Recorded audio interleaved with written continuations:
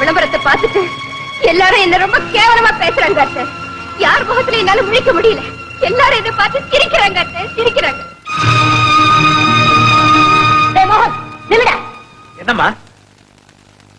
ஏண்டா உனக்கு மானம் வைக்கிறது கிடையாதா? அப்படி இருந்திருந்தா என் தங்கச்சி கல்யாண செலவை நான் ஏத்துக்கிட்டு இருக்கணுமா? என் பொண்டாட்டி செலவு செய்யறத பாத்துக்கிட்டு இருக்கிறேன். இந்த மானங்கெட்ட வாழ்க்கைக்கெல்லாம் ஒரு விடிவு வரத்தான் போகுது. நான் அதை சொல்லலடா. இன்னைக்கு உன் பேரால பேப்பர்ல வெளியாயிருக்கு. அந்த மானங்கெட்ட விளம்பரத்தை பத்தி தான் சொல்றேன். இது ஒரு தொழிலடா. அம்மா, இப்ப மரியாதையெல்லாம் செய்யற தொழிலை வச்சு வர்றதில்ல, சம்பாதிக்கிற பணத்தை வச்சுதான் வருது. ஆமா, அப்படி நான் என்ன செஞ்சுட்டேன்? நீ செஞ்சதை சொல்றியா? சாக்கடியில விழுந்து புரண்ட எருமை சந்தன மரத்துல வந்து உரசுமா. அந்த மாதிரி ஓ மானத்தை ஊர் சிரிக்க வச்சதும் இல்லாம இப்ப ராதாவோட மானத்தையும் சிரிக்க வச்சிருக்கியே. இது எந்த வகையிலடா நியாயம்? அவளுக்கு இதுக்கு என்ன சம்பந்தம்? பாருடா, இதுல என்ன எழுதிருக்கு பாரு.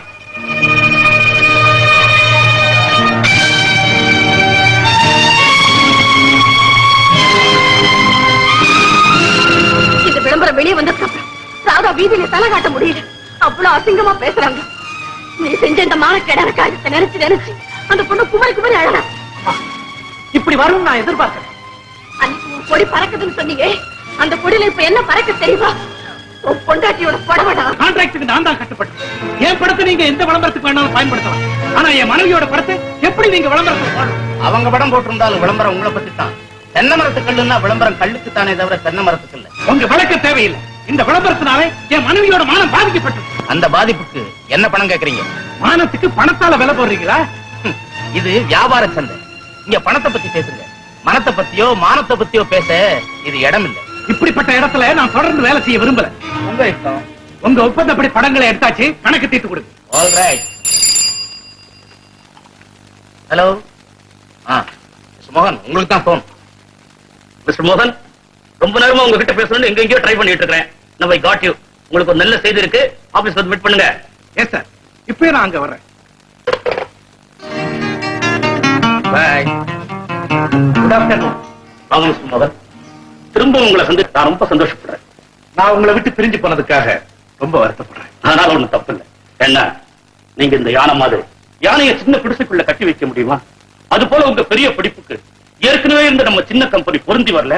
அதனால நீங்க வெளியில போயிட்டீங்க. ஆனா இப்ப நம்ம கம்பெனி பல யானைகள் கட்டி வைக்கிற அளவுக்கு பெரிய கொட்டிலா மாறி இருக்கு. வளர்ந்த இந்த கம்பெனிக்கு உங்களை சீஃப் இன்ஜினியரா நியமிச்சிருக்கிறேன். மாசம் 1500 ரூபாய் சம்பளம். ரொம்ப நன்றியோட ஒத்துக்கிறேன் சார். உங்களுக்கு அளவுக்கு மீறி வேலைகள் காத்துக்கிட்டு இருக்கு. இன்னைக்கே தொடங்கலாம். Thank you sir. வணக்கம் sir. Good morning. Congratulation sir.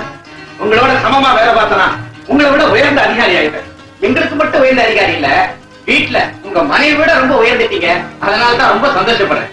ஆமா, அவளை விட அதிக சம்பளம், அதிக அந்தஸ்து. அன்னைக்கு உங்க தங்கச்சி கல்யாணத்துக்கு உங்களை கேட்காமயே ஒரு முடிவு பண்ணினாங்களே, அதை நினைச்சா இன்னும் வருத்தமா இருக்கு. அதே கல்யாணத்தை அவ சம்பந்தமே இல்லாம நான் நடத்தி காமிக்கிறேன். அப்படித்தான் செய்யணும். அதுதான் ஆம்பளைக்கு லட்சணம். இதுவரைக்கும் எங்க வீடு மதுரை, அதை சிதம்பரமாக்கி காட்டுறேன். எதுக்குடா எல்லாரையும் கூப்பிட்ட? இன்னைக்கு ஒரு நல்ல நாள், பெருமைக்குரிய விஷயம். என்னடா அது? மாப்பிள்ளை வீட்டுக்காரங்க நிச்சயார்த்தத்துக்கு வர்றாங்க இல்லையா? அந்த நிச்சயார்த்தத்தை நான் நடத்த போறேன். இனிமே இந்த குடும்பத்துக்கு என்ன செலவானாலும் எவ்வளவு செலவானாலும் அதை ஏன் சம்பாத்தியத்துல சந்திக்கிறதா முடிவு பண்ணிட்டேன். அப்பா, நீங்க தவறா நினைக்கிற அந்த வேலையை இப்ப நான் விட்டுட்டேன். இப்ப நான் பார்க்க போறது பழைய கம்பெனில பெரிய வேலை, நிறைய சம்பளம். அவ்வளவு பெரிய வேலை எப்படிப்பா கிடைச்சது? யார் சிபாரிசு பண்ணாங்க? யார் தயவால இந்த வேலை கிடைக்கல, என் திறமைக்காக இந்த வேலை என்ன தேடி வந்திருக்கு. இனிமே ஒரு பெண்ணால இந்த குடும்பம் நடக்குதுங்கிற அவமானம் கிடையாது. என் தங்கச்சி கல்யாணத்தை நானே நடத்துறா தீர்மானிச்சேன். ஒரு சந்தேகம். என்ன? இந்த பணம் இந்த விளம்பர வேலை கிடைச்சதானே? ஆமா. பாவத்தின் சம்பளத்துல ஒரு புனிதமான காரியத்தை நடத்துறது எனக்கு பிடிக்கல. அப்பா, அந்த வீட்டை டைப் பண்ணிருக்கீங்க, அதுல எத்தனை பொய் வழக்கு இருந்திருக்கும். அந்த பணத்தை நீங்க வாங்கல. என் மனசார பொய் வழக்குன்னு தெரிஞ்சா அது எவ்வளவு பணமா இருந்தாலும் தொடாம தூக்கி இருந்திருக்கா. நானும் அப்படித்தாப்பா. என்னைக்கு நான் செஞ்ச தொழில் மத்தவங்களை பாதிக்குதுன்னு உணர்ந்தனோ அன்னைக்கு அந்த வேலையை தூக்கி எறிஞ்சிட்டேன். நீ என்ன சமாதானம் சொன்னாலும் சரி, தவற ஒரு நாள் சரி நான் ஒத்துக்க மாட்டேன். தெரியுதுப்பா, இப்படி ஏதாவது சொல்லி இந்த பணத்தை தள்ளிட்டா அப்புறம் கல்யாணத்துக்காக உங்க மருமக கால நான் வேணும்னு நினைக்கிறீங்க. நடக்காது. இந்த பணத்தை வச்சுதான் கல்யாணத்தை நடத்தப்போறேன்.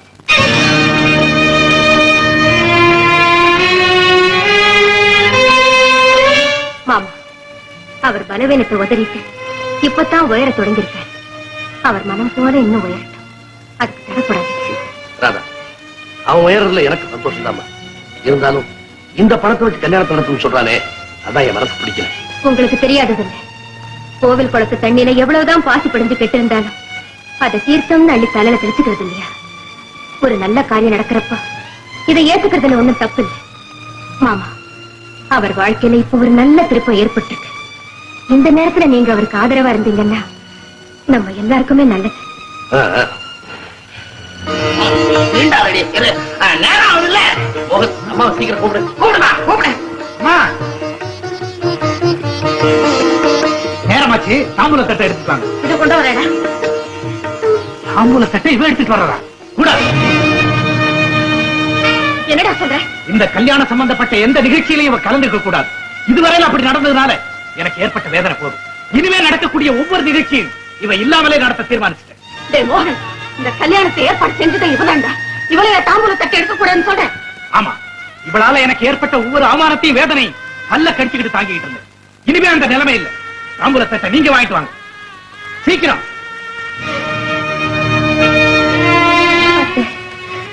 என்னை பத்தி கவலைப்படாதீங்க. எப்படியும் கல்யாணம் நல்லபடியா நடந்தா சார். இந்தாங்க, நீங்க போங்க.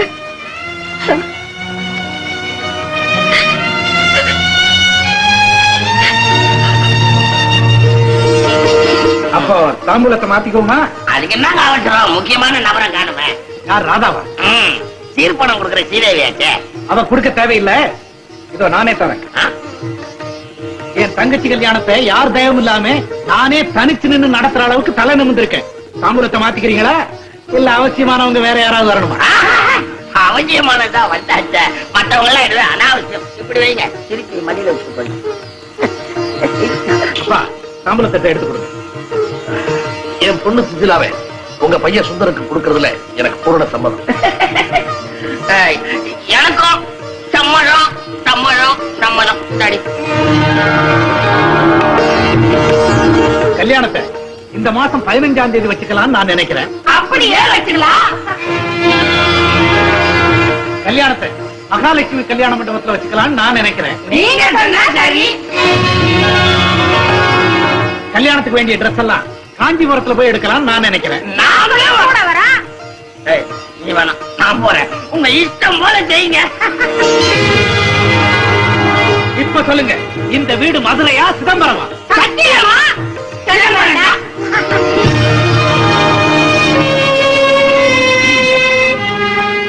இப்ப நான் யார் தெரியுமா?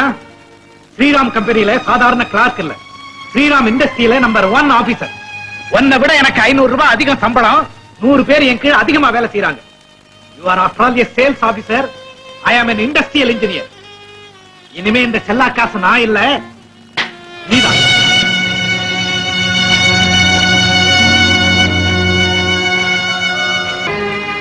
என்ன காய் சரி, அவன் தான் இதெல்லாம் உன்னை பார்க்க கூடாதுன்னு சொல்லியிருக்கானே. அப்படியே நீ திருத்தமா வந்து பார்க்கணும். நீங்களா இப்படி பேசுறீங்க? ஆமா, புருஷன் மனசுப்படி நடந்துக்கிறதா உண்மையான பொண்டாட்டி. அவனுக்கு பிடிக்காது தெரிஞ்சும் நீ பார்க்க நினைச்சது ரொம்ப தப்பு. தப்புதான் அத்தை, தப்புதான். என்ன மன்னிச்சிருங்க. நான் பார்க்கல. ஏண்டி சுசி, உனக்காக அறிவு வேண்டாம். நல்ல மாட்டுக்கு ஒரு சூடு. ஏற்கனவே வீட்டுல சண்டையும் சச்சரவமா இருக்கு. இந்த கல்யாணம் நல்லபடியா நடக்கணுமே நான் வேண்டாத தெய்வம் இல்லை. யாராவது எதையாவது செஞ்சு என் வயிற்று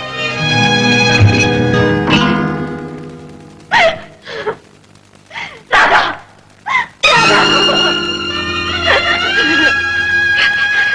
ராதா, நீ புடவைய பார்த்துட்டு இருந்தப்போ உன் புருஷன் ஜன்னல் வழியா பார்த்துட்டு இருந்தான். அதை நான் கவனிச்சுட்டேன். அதனால அம்மா இப்படி எல்லாம் பேசிட்டு இப்போ போயிட்டா. பாருமா, நல்லா பாரு. வேண்டாம் அத்தை, வேண்டாம். அவருக்கு தெரியாம கூட அவருக்கு பிடிக்காத காரியத்தை நான் செய்யக்கூடாது. ஏன்னா புருஷன் மனசுப்படி நடந்துக்கிறவதான் உண்மையான பொண்டாட்டி.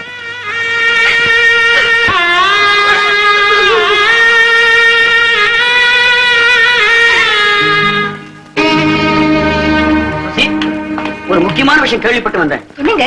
நம்ம கல்யாண விஷயம் எல்லாத்தையும் உங்க அண்ணையை ஒதுக்கி வச்சுட்டு அண்ணன் அவமானப்படுத்துறாராமே. நாங்க அனுப்புற கூறப்படைய கூட அவங்க கிட்ட காட்டலையா? இத பத்தி உங்க அண்ணன் கிட்ட நேரடியாவே கேட்கத்தான் வந்தேன். அண்ணி மேல அண்ணனுக்கு இவ்வளவு வெறுப்பு வரும்னு நான் எதிர்பார்க்கவே இல்லைங்க. நாளைக்கு முகூர்த்தத்திலையும் அண்ணிய கலந்து விடாம செய்திருவாரோன்னு பயமா இருக்குங்க. உங்க அண்ணி முன்ன நின்னு இந்த கல்யாணத்தை நடத்தினாதான் நான் உனக்கு தாலி கட்டுவேன். இல்ல இந்த கல்யாணமே வேண்டாம் சொல்லிடுறேன். அப்போ ஒரு வழிக்கு வந்தானாகணும். நிச்சயம் வரமாட்டார். உங்களை முந்திக்கிட்டு அவரே இந்த கல்யாணம் தேவையில்லைன்னு நிறுத்திடுவாருங்க. அவர் சொல்லிட்டா சரியா போயிடுமா? நாம 2 பேரும் பிடிவாதமா என்னைக்கு உங்க அண்ணனும் அண்ணியும் ஒத்துமையா வராங்களோ அன்னைக்கு தான் நம்ம கல்யாணம் தீர்மானமா சொல்லிடுவோம். அது வரைக்கும் கொஞ்ச நாள் காத்திருப்போம். நாம காத்திருக்கலாங்க, ஆனா நாம பண்ண தப்பு இருக்கு, அது காத்திருக்காதுங்க. அதுக்கு நான் ஒரு முடிவெடுத்த வந்திருக்கேன். உடனடியா நாம போய் ஒரு டாக்டரை பார்க்கலாம். நாம செஞ்சு தவிர மாத்தி அமைக்க எத்தனையோ மருந்து, மாத்திரை, இன்ஜெக்ஷன் எல்லாம் இருக்கு. என்ன சொன்னீங்க? நீங்க செஞ்ச தவறு அழிச்சிட்டா இந்த கல்யாணத்துல இருந்து தப்பிக்கலாம்னு பாக்குறீங்களா? இல்லைங்க, நீங்க என்ன தவறா நினைக்காதீங்க. நீங்க தான் முன்ன நின்னு இந்த கல்யாணத்தை நடத்தி வைக்கணும். அதுக்கு தடையா இருக்கிற அந்த அறிவுகட்ட மோகனுக்கு ஒரு பாடம் கத்துக் கொடுக்க நான் சுசீலாவை டாக்டர்கிட்ட கூட்டிட்டு போகத்தான் போறேன். என்ன காரியம்? ஏன் அவர் அடிச்சு வந்து கல்யாணம் ஆறதுக்கு முன்னால அவங்க இப்படி தனியா சந்திக்கலாமா? அதுக்காகத்தான் கட்டிக்க போற மாப்பிள்ள தானே வீட்டுல தானே வந்து சந்திச்சா, அதுல இருந்தே தப்பு. வீட்டுக்கு வரப்போற மாப்பிளையே கையில் நீட்டி அடிக்கிறதா? ஒண்ணு கொஞ்ச நாளாவே அவளுக்கு புத்தி தெரியல, ஏதோ தெரியாதனமா அப்படி நடந்துக்கிட்டா. எனக்காக அவளை மன்னிச்சிருக்கேன். இத மனசுல வச்சுக்கிட்டு நீங்க நான் வரேன். அப்பா, அம்மா, அப்பா, அம்மா. என்னடா இவன் செஞ்ச காரியத்தை பாத்தீங்களா? என்ன செஞ்சா? சுசீலாவை தொட்டு தாலி கட்ட போற மாப்பிளையே கை நீட்டி அடிச்சுட்டாப்பா. காரணம் கேட்டா அவன் எப்படி சுசீலாவை தனியா சந்திக்கலாங்கிறான். நாளைக்கு தாலி கட்ட போற மாப்பிளை சந்திச்சா என்ன தப்பு? ராதா, என்னமா நடந்தது? ஏன் அப்படி அடிச்ச?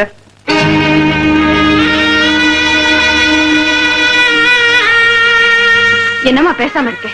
சொல்லுமா. நான் சொல்றேன், இவ தயவு இல்லாம இந்த கல்யாணம் நடக்கிறது இவளுக்கு பிடிக்கல. இந்த கல்யாணத்தை எப்படியாவது தடுத்து நிறுத்தணும்னு கங்கணம் கட்டிக்கிட்டு இருக்கா. நல்ல வேளை மாப்பிள்ள சுந்தரம் நான் மன்னிப்பு கேட்டுக்கிட்டோன்னு போயிட்டாரு. இவ இந்த வீட்டுல இருந்தா இந்த கல்யாணம் நடக்காது. சுசீலா கல்யாணம் ஒழுங்கா நடக்கணும்னா இவ இந்த வீட்டை விட்டு போயாகணும். கல்யாணத்துக்கு வரவங்களை திருப்பி அனுப்புறாங்களா? நம்ம அவமானப்படுத்தணும்னு திட்டம் போட்டு வேலை செஞ்சிருக்கானுங்க இந்த பசங்க.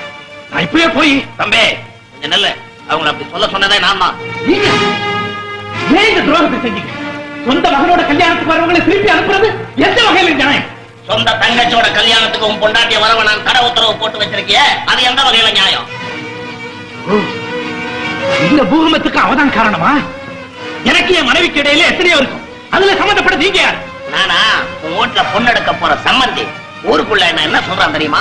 வாழ வந்த பொண்ணு வாழ விடாம வீட்டை விட்டே துரத்திட்டாங்களே, அந்த வீட்டுல அவங்க மகனுக்கு பொண்ணு எடுக்க போறீங்கன்னு எவ்வளவு கேவலமா பேசுறாங்க.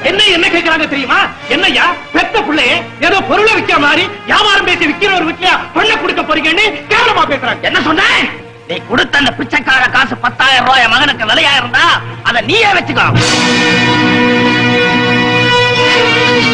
சுசீலா, எழுது.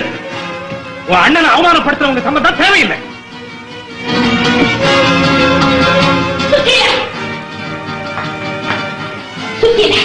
அடி அறிவு கெட்டவளே, எழுந்து வந்த உடனே வந்திருந்தா என்ன நடந்தாலும் அவர் தான் உனக்கு மாப்பிள்ளை.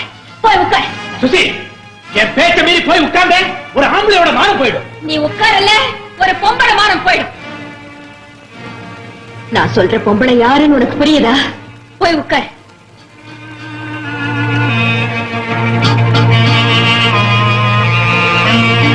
ஆரம்பத்துல இருந்து என்ன அவமானப்படுத்தணும்னு முயற்சி பண்ண, அப்படியே சாதிச்சுட்டேன்.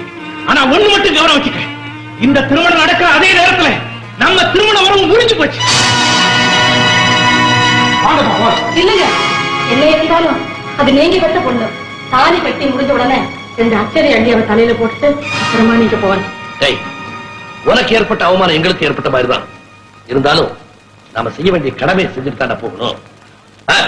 சீக்கிரம் கல்யாணத்தை முடிங்க, நாங்க ஆசீர்வாதம் பண்ணிட்டு பரப்புறோம். இந்த ரகசியத்தை எல்லாரும் முன்னாடி சொல்ல முடியாதுன்னுதான் யாரையுமே கல்யாணத்துக்கு வர விடாம செஞ்ச. கல்யாணமே நின்னு போச்சுன்னு ஒரு பெரிய பயங்கரத்தை உருவாக்கி உன்னை எங்க வரவழைச்சேன். ஏன்னா இந்த பொண்ணுக்கு கல்யாணம் ஆகணுமே என்ன தினம் தினம் ஸ்ரீராம ஜெயம் எழுதுனவளாச்சே, முன்னாடியே இந்த கல்யாணம் நடந்தது. ஐயா ஏகாம்பரம், என் மகன் செஞ்ச தப்புக்காக உங்க காலில் விழுந்து மன்னிப்பு கேட்கிறேன், என்ன மன்னிச்சிடுங்க. ஏன்னா என் மகனால உங்க பொண்ணு ஏற்கனவே தவறிட்டா. இப்ப அவ 3 மாசம். இந்த உண்மை முதல்ல ராதாவுக்கு தாயா தெரியும். விஷயம் வெளியே தெரிஞ்சா ரோஷக்காரரான நீங்கள்லாம் தற்கொலை பண்ணிக்கிறீங்களேன்னு உங்களுக்காக ராதா பயந்தா கம்பெனில லோன் வாங்கி இந்த கல்யாணத்தை சீக்கிரமே நடத்தணும்னு துடிச்சா. அந்த நேரம் பார்த்துதான் நீ வேலையை விடுன்னு சொன்ன. வேலையை விட்டுட்டா எனக்கு சீர்பணம் கொடுக்க முடியாம எங்க இந்த கல்யாணம் நின்னுடுமோன்னு பயந்து வேலையை விட மறுத்தா.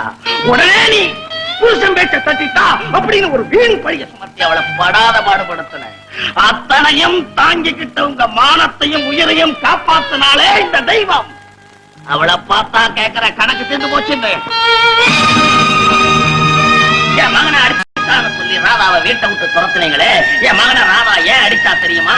இந்த கல்யாணத்தை தள்ளி போடுறதுக்கோசரம். என் மகன் ஒரு கேவலமான யுக்தியை சொன்னான். அதை பொறுத்துக்க முடியாத ராதா அவனை அடிச்சா. நீங்க எல்லாரும் கேட்டீங்களே அவனை ஏன் அடிச்சேன்னு. அப்பா அந்த உண்மையை சொல்லி இருக்கலாம். அப்படி அவ சொல்லி இருந்தா அதை தாங்கறதுக்கு உங்களுக்கு எல்லாம் இருதயம் வேணுமே. அதனால அந்த பழிய தானே சுமந்து வெளியே போன அந்த உத்தமைய பார்த்தாப்பா கேட்கிற கணக்கு தீர்ந்து போச்சுன்னு. இந்த விவரங்கள்லாம் தெரிஞ்சுக்கிட்டமா நேற்று முதலாளி கிட்ட போயிருந்தம்மா. நீ 4 நாளைக்கு முன்னதான் வேலையை ராஜினாமா செய்தான். என் தங்கச்சிக்கு நானே கல்யாணம் செஞ்சுடுவேன்னு காலரை தூக்கிட்டு நின்னானே உன் புருஷன். அவனுக்கு இன்னைக்கு கிடைச்சிருக்கிற பெரிய வேலைக்கே நீதான் சிபாரிசு பண்ணியாமே. உன் பொண்டாட்டி எடுத்து கொடுத்த சாட்டையாலேயே அவளை நீ மாட்டின. இருந்தாலும் உதச்ச காலுக்கு முத்தமும் உமிழ்ந்த வாய்க்கு சர்க்கரையுமா உனக்காகவே வாழ்ந்தவளை பார்த்தா கேட்கிறேன் கணக்கு தீர்ந்து போச்சு.